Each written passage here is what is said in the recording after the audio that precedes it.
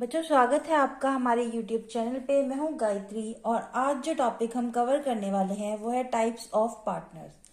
Types of partners की अगर हम बात करें तो हमारे पास 3 तरीके के पार्टनर होते हैं। सबसे पहले है जनरल पार्टनर, फिर है लिमिटेड पार्टनर और फिर है लिमिटेड लाइबिलिटी पार्टनर। अगर हम जनरल पार्टनर की बात करें तो ये क्या एज्यूम करता है कि जो बिजनेस की लाइबिलिटी है वो मेरी लाइबिलिटी है, तो उस लाइबिलिटी को अराइज ना होने देना क्या है, उसका फर्ज है। तो इसलिए वो क्या करता है, एक्टिव रोल प्ले करता है मैनेजमेंट एक्टिविटीज में। Assumes full liability for the business and has an active role in management, यानी मैनेजमेंट का जो सारा कारभार है वो खुद संभालता है। और अगर हम लिमिटेड पार्टनर की बात करें तो ये क्या एज्यूम करता है कि हम मेरी जितनी इन्वेस्टमेंट है सिर्फ उतने के लिए ही मैं लाइबल भी हूँ।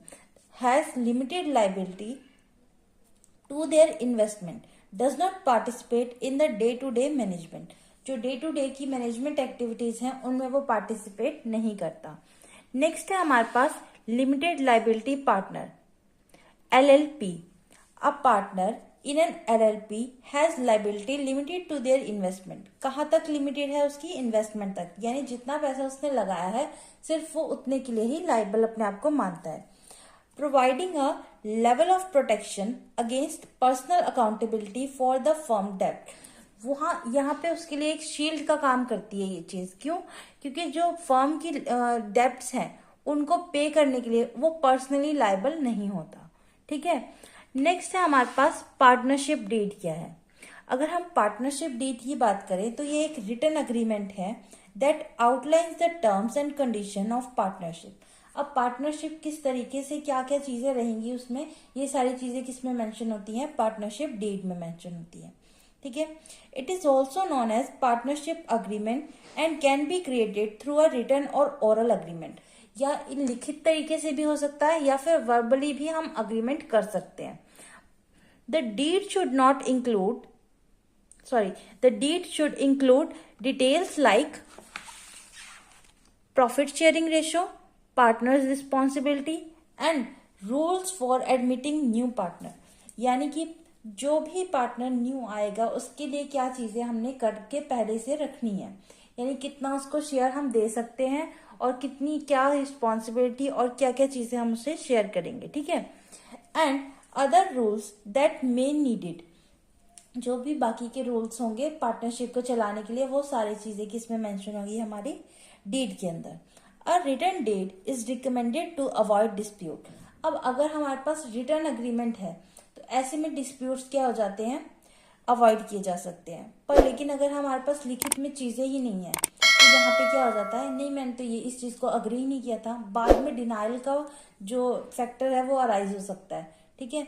तो इसलिए बेटर है कि रिटर्न डीड हो। Registration of partnership firm not mandatory. The registration of partnership firm is not mandatory under the Indian Partnership Act 1932। देखो यहाँ पे अभी हमने पढ़ा था कि ओरल भी हो सकता है, यानी कि हम मुंह से कह के वर्बली भी अग्रीमेंट को क्या कर सकते हैं, तैयार कर सकते हैं। पर लेकिन यहाँ पे इसका कोई वो नहीं है, कोई लीगल रिस्ट्रिक्शन नहीं है कि पार्टनरशिप जो है वो रजिस्टर्ड ही होनी चाहिए। पर अगर हम करते हैं तो हमारे को क्या क्या बेनिफिट रहते हैं। Benefits of registration, it serves as proof of the firm's existence. सबसे पहली बात तो कि आपकी फर्म एग्जिस्ट करती है, इस चीज की आपके पास एक आइडेंटिफिकेशन हो जाती है। Then partners can sue third party and the firms. जो भी थर्ड पार्टी आपके साथ ऊपर नीचे कोई घपलेबाजी करती है उसके लिए आप उनको क्या कर सकते हैं, स्यू कर सकते हैं, कोर्ट में ले जाके खड़ा कर सकते हैं। Allows partner to sue other partners for dispute. अब आपस में मान लीजिए डिस्प्यूट्स हो गए पार्टनर्स के, तो ऐसे में वो क्या करेंगे, स्यू नहीं कर सकते, क्योंकि क्या है कि हमारे पास डीड ही एग्जिस्ट नहीं करी है, हमारे को पता ही नहीं हमने किस चीज के ऊपर अग्री किया था और किस चीज के ऊपर अग्री नहीं किया था। नेक्स्ट है enables claiming of tax benefit. Tax benefit यहाँ पे क्या हो सकता है, हमारे लिए एनेबल हो सकता है अगर हम क्लेम करना चाहें तो। पर अगर हम रजिस्ट्रेशन करें ही ना तो उसके कॉन्सिक्वेंसेज भी भुगतने पड़ेंगे। तो वो क्या कॉन्सिक्वेंसेज हैं, कॉन्सिक्वेंसेज ऑफ नॉट रजिस्टरिंग। सबसे पहले है partners can not sue third party or the firm in court. वो किसी थर्ड पार्टी को या फिर किसी फर्म को स्यू नहीं कर सकते हैं और कोर्ट नहीं ले जा सकते हैं। Then partners can not claim tax benefit, कोई टैक्स बेनिफिट वो नहीं ले सकते। हाउ टू रजिस्टर, अब हमें अपनी फर्म अगर रजिस्टर करनी है तो किस तरीके से हम अपनी फर्म को रजिस्टर कर सकते हैं। A partnership firm can be registered bye filing an application with the registrar of firm, जो रजिस्ट्रार ऑफ फर्म है उनके पास एप्लीकेशन डाल के हम अपनी फर्म को रजिस्टर कर सकते हैं। ठीक है। The ministry of corporate affairs MCA governs the registration of partnership firm in India. तो यहाँ पे रजिस्ट्रेशन जो गवर्न कौन करता है, कौन सी अथॉरिटी गवर्न करती है, मिनिस्ट्री ऑफ कॉर्पोरेट अफेयर्स। ठीक है। तो ये था हमारा पार्टनरशिप डीड का पूरा टॉपिक और types of partners. I hope आपको समझ आया होगा। Thank you.